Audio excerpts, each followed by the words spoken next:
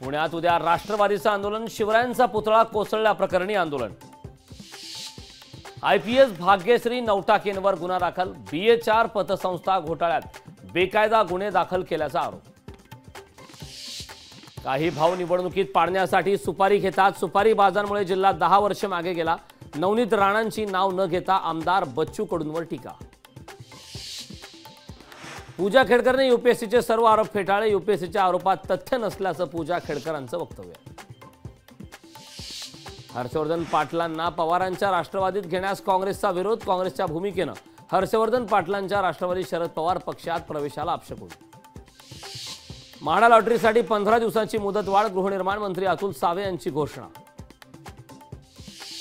शिवरायांचा पुतळा कोसळल्याप्रकरणी चौकशी होईल, चौकशीनंतर आरोपीला योग्य ती शिक्षा दिली जाईल, अजित पवार यांची प्रतिक्रिया।